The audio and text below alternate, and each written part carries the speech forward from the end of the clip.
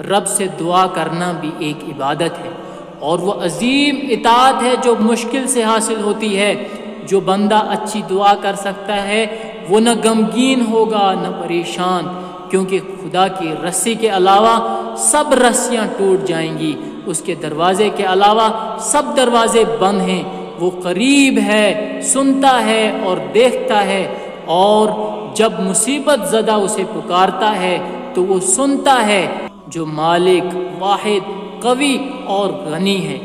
جو لوگ محتاج، کمزور اور ناتواں ہیں، حکم ہے کہ وہ اس سے دعا کریں۔ مجھے پکارو، میں تمہاری بات سنوں گا، مجھے پکارو، میں تمہاری پکار سنوں گا۔ میرے پیارے، جب تمہیں کوئی آفت پیش آئے، مصیبتوں سے سامنا ہو، تو اس کا نام لو، اسے یاد کرو، اس سے مدد و نصرت مانگو، اس کی تقدیس کے لیے پیشانی زمین پر رکھو، ناک رگڑو تاکہ تمہیں حریت حقیقی یعنی اس کی عبودیت حاصل ہو جائے۔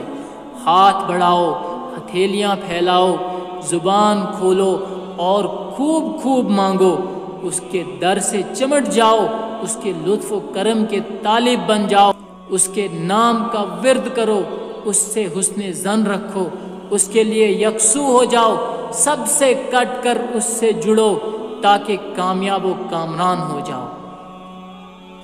دوستو، گھر میں رہا کریں۔ یہ مشروع اور مسنون ہے کہ اہل شر بیکار، فضول، آوارہ اور ناکارہ لوگوں سے دور رہ کر آپ گھر میں گوشہ نشین رہیں۔ اس صورت میں آپ کو قلبی اطمینان اور روحانی سکون ملے گا، آپ کا ذہن تیز کام کرے گا، آپ کی معلومات بڑھیں گی۔ خیر و اطاعت کے کاموں سے روکنے والی مشغولیات سے دور رہنا ایک ایسی دوا ہے جس کو اہل دل نے استعمال کیا ہے اور کامیابی حاصل کی ہے۔ یہی میں آپ سے کہنا چاہتا ہوں کہ برائی، لغویات اور گنواروں سے الگ رہیں تو عقل بڑھے گی، عزت کی حفاظت ہوگی، خدا سے لو لگانے کا موقع ملے گا۔ وہ جگہیں جہاں جمع ہونا اور لوگوں سے بات چیت اچھی سمجھی جاتی ہے، وہ نمازیں، جماعت و جمعہ، علم کی مجلسیں اور خیر پر تعاون کے موقع ہیں۔ کاہلی اور بیکاری کی جگہوں سے دور رہیں، اپنی کھال بچائیے، اپنی خطا پر روئیے، اپنی زبان پر قابو رکھیں اور گھر میں بیٹھیں۔ بیکار لوگوں کے ساتھ اٹھنا بیٹھنا اپنے خلاف جنگ کرنا ہے، اپنے اندر کے امن و امان کو تباہ کرنا ہے، کیونکہ یہ گنوار افواہ باز ہوتے ہیں، فضولیات پھیلاتے ہیں، فتنوں اور حادثات میں نمک مرچ لگا کر پھیلاتے ہیں، اور ایسا آپ کو ڈرا دیں گے کہ آپ موت سے پہلے 10 مرتبہ مر جائیں۔ اگر یہ تمہارے درمیان نکل آئیں تو تمہیں بہکانے میں کوئی کمی نہ کرے۔ مجھے پوری امید ہے کہ آپ کمرے میں بیٹھیں گے، اپنے کام سے کام رکھیں گے۔ ہاں، اگر بھلی بات یا خیر کا کام ہو تو اس میں شریک ہوں۔ ایسا کریں گے تو دل پر سکون رہے گا، وقت ضائع ہونے سے بچے گا، عمر برباد نہ ہوگی، زبان غیبت سے بچے گی، کان بری بات نہ سنیں گے، نفس میں سوء ظن پیدا نہ ہوگا۔ جو اس کا تجربہ کرے گا جان لے گا۔ جو اوہام کی سواری پر بیٹھے گواروں میں وقت گزارے اسے دور ہی سے سلام۔ دوستو، بدلہ صرف اللہ دیتا ہے۔ اللہ جو بھی چیز آپ سے لے گا اس کا بہتر بدلہ عنایت کرے گا، اگر آپ صبر کریں اور ثواب کی امید رکھیں۔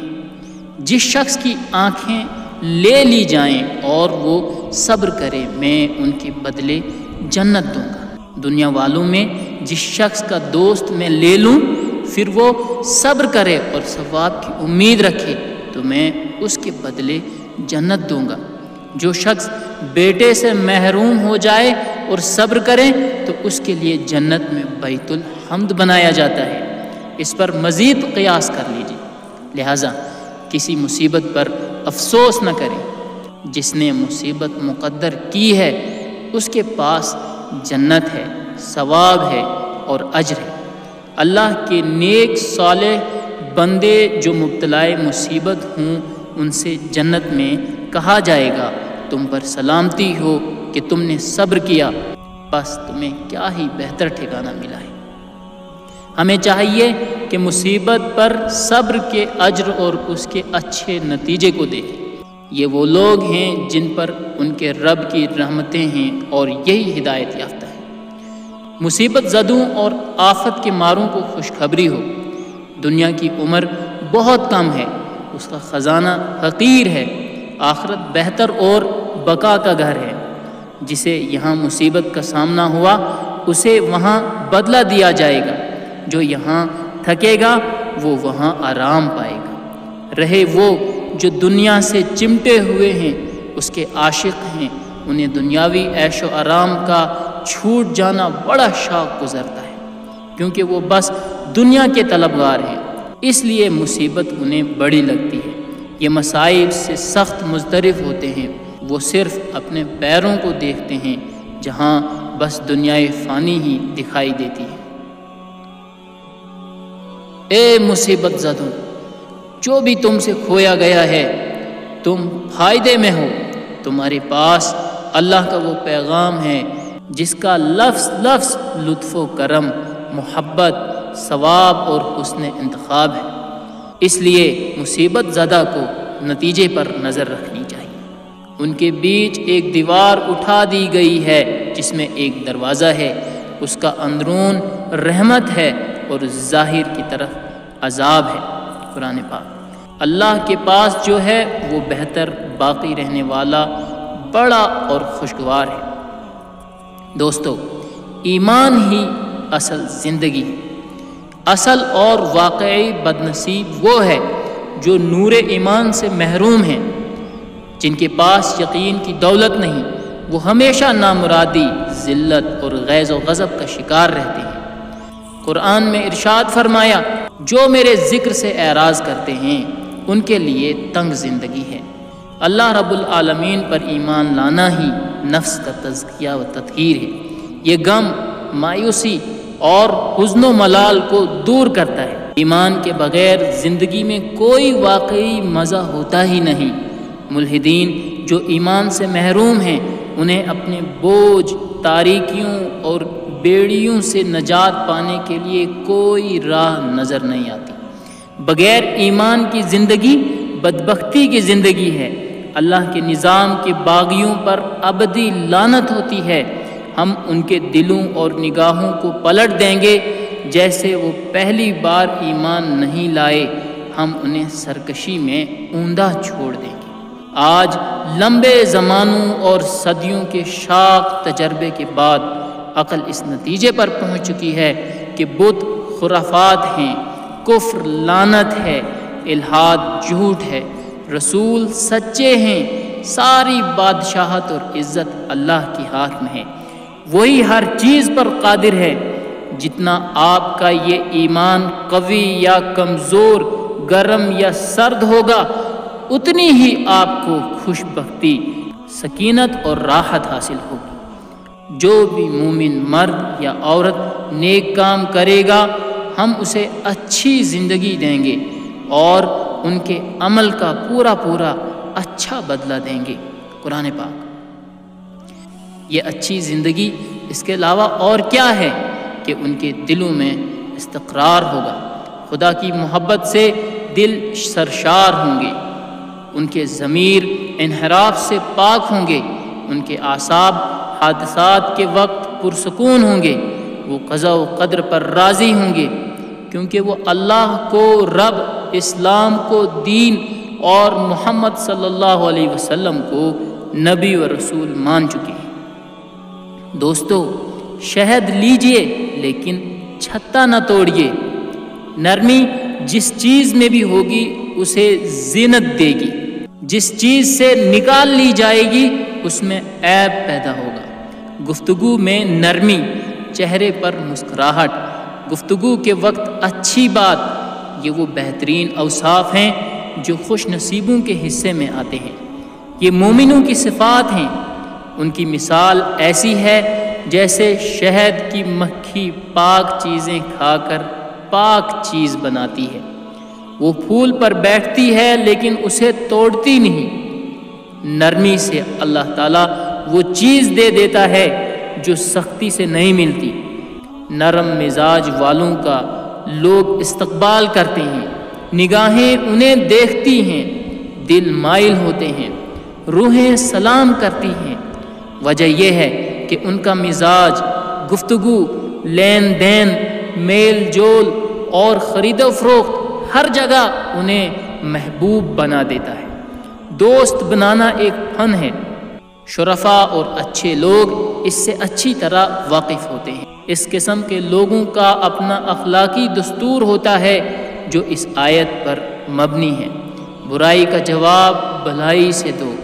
اس صورت میں آپ کے اور جس کے بیچ عداوت ہے وہ ایسا ہو جائے گا جیسے دلی دوست۔ وہ اپنے جذبہ پرجوش، بردباری اور درگزر کی صفات سے بغض و حسد کو دفنا دیتے ہیں، اپنے ساتھ برائی کو بھول جاتے ہیں، بھلائی کو یاد رکھتے ہیں۔ گندے اور چبھتے جملوں کی طرف وہ کان ہی نہیں لگاتے، اسی لیے وہ خود بھی آرام سے رہتے ہیں، لوگ بھی ان کی طرف سے مامون، محفوظ اور پرسکون رہتے ہیں۔ مسلمان تو وہ ہے جس کی زبان اور ہاتھ سے مسلمان محفوظ ہوں۔ مومن تو وہ ہے کہ لوگ اپنی جانوں اور مالوں پر اس سے مطمئن ہوں۔ اللہ نے مجھے حکم دیا ہے کہ جو مجھ سے کٹے میں اس سے جڑوں، جو مجھ پر ظلم کرے میں اسے معاف کر دوں، جو مجھے نہ دے میں اسے دوں۔ اہل ایمان اپنا غصہ پی جاتے ہیں، لوگوں کو عافیت دیتے ہیں۔ ان لوگوں کو سکون و اطمینان کی دولت ملے گی اور رب غفور و رحیم کے ہاں اخروی اجر عظیم کی بشارت بھی ان کے لیے ہے۔ دوستو، اللہ کی یاد سے ہی دلوں کو اطمینان ملتا ہے۔ صدق اللہ کو محبوب ہے، صداقت دلوں کو دھو دیتی ہے۔ تجربہ دلیل ہے کہ قوم کا رہنما اس کی غلط رہنمائی نہیں کرتا۔ ذکر سے بڑھ کر کوئی چیز دلوں کو کھولنے والی اور زیادہ ثواب والی نہیں۔ تم مجھے یاد کرو، میں تمہیں یاد کروں گا۔ اللہ کا ذکر دنیا میں مثل جنت ہے، جو اس میں داخل نہ ہوگا وہ جنت میں بھی نہ جائے گا۔ ذکر الہی سے انسان کا نفس اضطراب قلق، بیماری اور بے چینی سے نجات پاتا ہے، بلکہ وہ ہر کامیابی کا سیدھا راستہ ہے۔ وہی ربانی کو پڑھیے، آپ کو ذکر کر کے فوائد ملیں گے۔ اس کے مرہم کو آزمائیے، شفا ملے گی۔ اللہ سبحانہ و تعالیٰ کے ذکر سے خوف، تنگی اور حزن و ملال کے بادل چھٹ جاتے ہیں، مایوسی و دل شکستگی سے نجات ملتی ہے۔ اس میں تعجب کیا کہ ذاکرین سکون پاتے ہیں کہ یہ تو ہونا ہی چاہیے۔ اس سے بڑی اور تعجب خیز بات یہ ہے کہ خدا کو یاد نہ کرنے والے جی کیسے لیتے ہیں۔ قرآن پاک میں ارشاد فرمایا، مردے ہیں زندہ نہیں، انہیں تو یہ بھی شعور نہیں کہ کب اٹھائے جائیں گے۔ اے وہ شخص جسے رات کو نیند نہ آتی ہو، رنج و علم سے دوچار ہو اور مصائب کا شکار ہو، اللہ کا مقدس نام لے۔ کیا اس کا کوئی ہم نام تم جانتے ہو؟ جتنا بھی اللہ کو یاد کریں گے اتنا ہی دل کو راحت، قلب کو اطمینان اور دل کو سکون ملے گا، کیونکہ اللہ کے ذکر کا مطلب ہے اس پر توکل، بھروسہ اور اعتماد، اس کی طرف رجوع، اس سے حسن ظن، یہ امید کہ وہ مشکل دور کرے گا، کیونکہ اسے پکارا جائے تو قریب ہے، آواز دی جائے تو سنتا ہے، مانگا جائے تو دیتا ہے۔ اس سے لو لگائیے، اس کا خشوع اختیار کیجئے، اس کے آگے جھک جائیے، زبان کو اس کے ذکر سے تر رکھیے، توحید، حمد، دعا، سوال اور استغفار کی کثرت کیجئے۔ اس کے بعد انشاءاللہ آپ کو خوش نصیبی، انعام، امن و سکون اور مسرت و شادمانی ملے گی۔ اللہ کہتا ہے کہ اللہ نے انہیں دنیا میں اچھا بدلہ اور آخرت میں بہترین اجر و ثواب عنایت فرمایا۔ کیا یہ لوگ اللہ کی عطا کردہ نعمتوں پر حسد کرتے ہیں؟ حسد ایک نمکین تیزاب ہے جو ہڈیوں کو کھوکھلا کر ڈالتا ہے۔ حسد ایک مزمن مرض ہے جو جسم کو فاسد کر دیتا ہے۔ کہا گیا ہے کہ حسد کرنے والا ظالم ہوتا ہے مگر اپنے کو مظلوم ظاہر کرتا ہے۔ وہ دوست کے لبادے میں دشمن ہوتا ہے۔ ویسے یہ حسد بھی کیا چیز ہے کہ سب سے پہلے حاسد کو ہی مار ڈالتا ہے۔ میں خود کو اور آپ کو حسد سے اس لیے منع کرتا ہوں کہ دوسروں سے پہلے ہم اپنے آپ پر رحم کریں۔ حسد کے ذریعے ہم فکر کے مارے گل جاتے ہیں۔ رنج و فکر ہمارا خون پی جاتا ہے، ہماری آنکھوں کی نیند چرا لی جاتی ہے۔ حاسد آگ کا گڑھا کھودتا ہے اور خود ہی اس میں گر پڑتا ہے۔ تکدر، مستقبل میں غم، رنج و اندوہ وہ بیماریاں ہیں جنہیں حسد پیدا کرتا ہے۔ وہ ان کے ذریعے اچھی خاصی آرام کی زندگی کا خاتمہ کر دیتا ہے۔ حاسد کی آفت اور مصیبت یہ ہے کہ وہ باری تعالیٰ سے جھگڑا کرتا ہے، اس کے انصاف میں شک کرتا ہے۔ حسد کیا عجیب بیماری ہے کہ حاسد کو اجر بھی نہیں ملتا۔ یہ ایسی تکلیف ہے کہ اس میں مبتلا کو ثواب بھی نہیں ملتا اور موت تک وہ حسد کی آگ میں جلتا رہے گا، یا جب تک کہ لوگوں سے نعمتیں نہ چھن جائیں۔ اللہ کی دی ہوئی صلاحیتوں سے آپ دستبردار ہو جائیں، اپنے خصائص، امتیازات اور اخلاق کو خیر بات کہہ دیں۔ آپ ایسا کر لیں تو شاید وہ خوش ہو جائے۔ حسد کرنے والے کے شر سے ہم اللہ کی پناہ لیتے ہیں۔ اس کی تو صبح ہوتی ہی نہیں جب تک کہ کالے سانپ کی مانند اپنا زہر کسی معصوم کے جسم میں نہ اتار دے۔ لہذا حسد سے دور رہیے، حاسد سے اللہ کی پناہ مانگیے جو ہر وقت آپ کی ٹوہ میں لگا رہتا ہے۔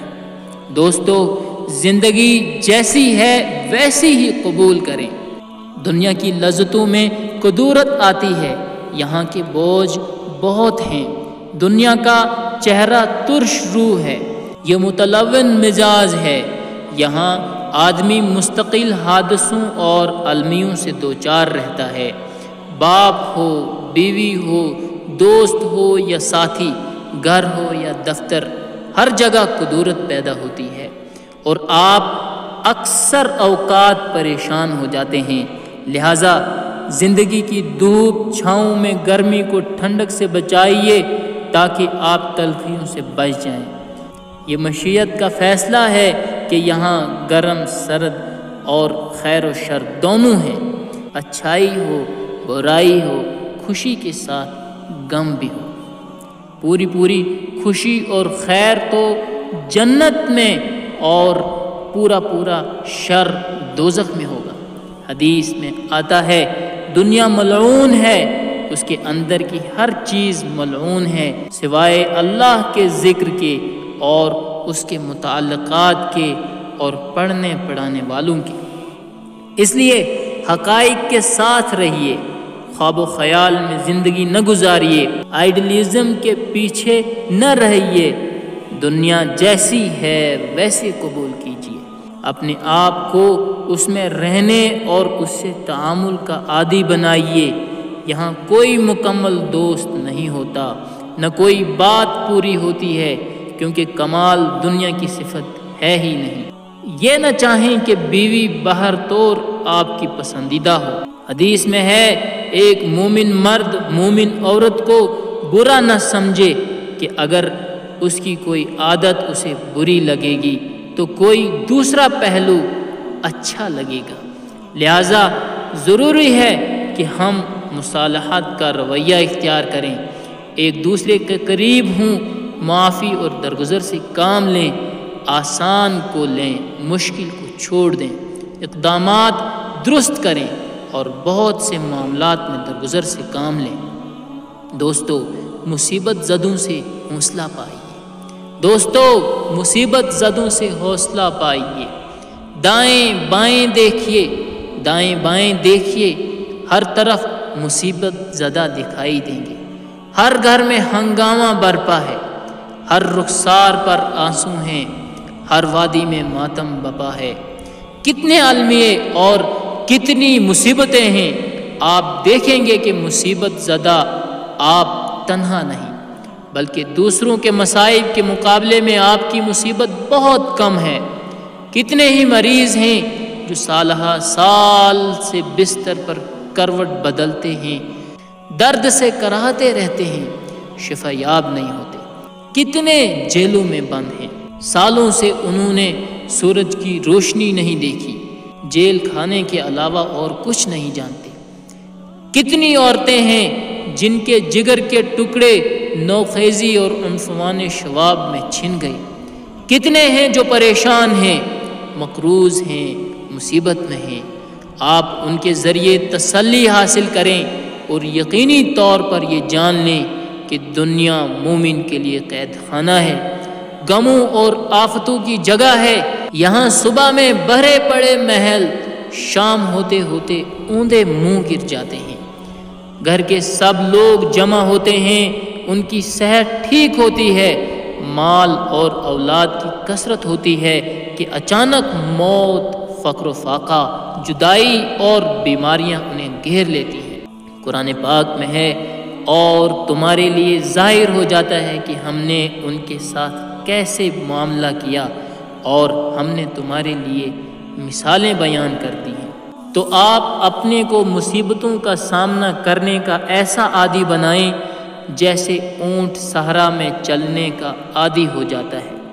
زندگی کے سفر میں توازن برقرار رکھیے، اپنے ارد گرد کے اور پہلے کے لوگوں کے نمونے سامنے رکھیے اور ان کے بیچ اپنا موازنہ کیجئے تو پتہ چلے گا کہ آپ ان کی بنسبت زیادہ بہتر ہیں۔ آپ کو ہلکے سے جھٹکے لگے ہیں، اس پر اللہ کا شکر ادا کریں۔ جو اس نے لے لیا اس پر ثواب کی امید رکھیے اور اپنے ماحول کے لوگوں کو دیکھ کر تسلی حاصل کیجیے۔ اس سلسلے میں اللہ کے رسول صلی اللہ علیہ وسلم اچھی مثال ہیں کہ آپ صلی اللہ علیہ وسلم کے سر پر اونٹ کی چمڑی رکھ دی گئی، قدم زخمی ہوئے، چہرے پر چوٹیں آئیں، گھاٹی میں بند کیا گیا، حتیٰ کہ درختوں کے پتے کھانے پڑے، مکہ سے آپ کو ہجرت کرنے پر مجبور کیا گیا، جنگ احد میں سامنے کے 4 دانت ٹوٹ گئے، آپ کی حرم طاہرہ پر بہتان لگایا گیا، ساتھیوں میں خاصے لوگ شہید ہو گئے، آپ کا بیٹا اور اکثر بیٹیاں آپ کی زندگی میں ہی انتقال کر گئیں۔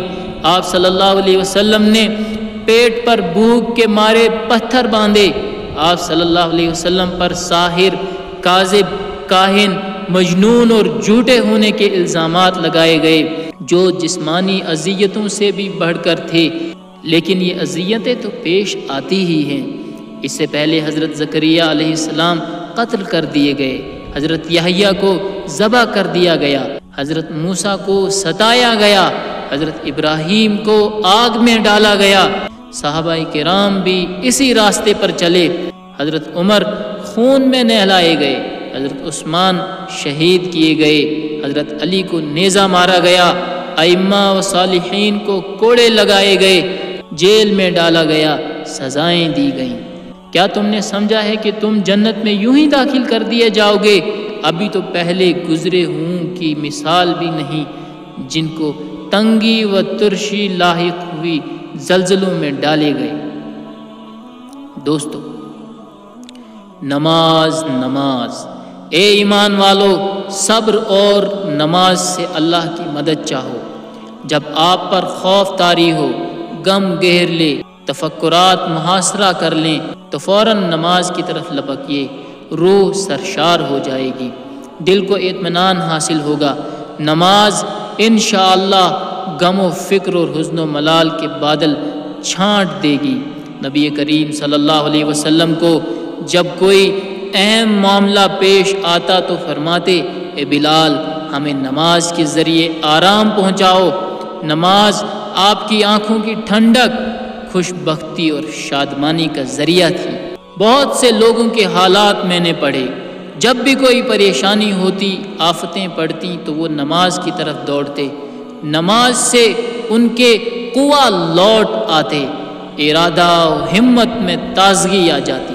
صلاۃ خوف کا فلسفہ یہی ہے کہ جب دلوں پر خوف طاری ہوتا ہے، جانیں تلوار کی دھار پر رکھی ہوتی ہیں، تو ایسے میں دل کو جمانے اور ڈھارس بنانے والی سب سے بڑی چیز نماز ہے۔ آج نفسیاتی الجھنوں کی شکار نسل کو مسجد سے واقف ہونے کی ضرورت ہے اور الجھنوں سے نجات کے لیے اور خوشنودی رب کے لیے نماز پڑھنے کی ضرورت ہے، ورنہ آنسو آنکھوں کو جلا دیں گے، حزن و ملال اعصاب کو توڑ دیں گے۔ نماز کے علاوہ کوئی اور چیز نہیں جو انہیں ان مسائل سے نجات دلا سکے۔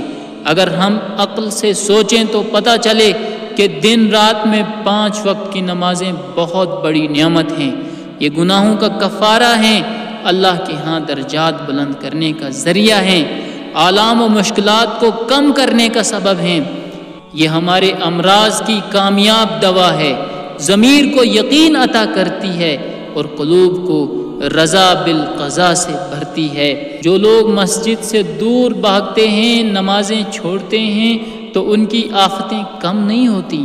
ابھی ایک بدبختی، ابھی دوسری، ایک مسئلہ ختم ہوا نہیں کہ دوسرا سر پر کھڑا ہے، یعنی کبیدہ خاطری کے گھیرے میں رہتے ہیں۔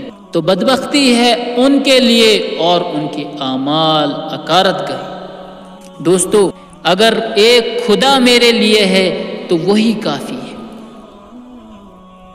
اللہ پر بھروسہ کرنا، اس پر اعتماد رکھنا، اس کے وعدوں پر یقین، اس کے ساتھ حسن ظن رکھنا، اس کے فیصلے کو مان لینا، یہ یقین کرنا کہ وہ آسانی پیدا کرے گا، یہ چیز ایمان کے بڑے ثمرات اور مومنین کی بہترین صفات میں سے ہے۔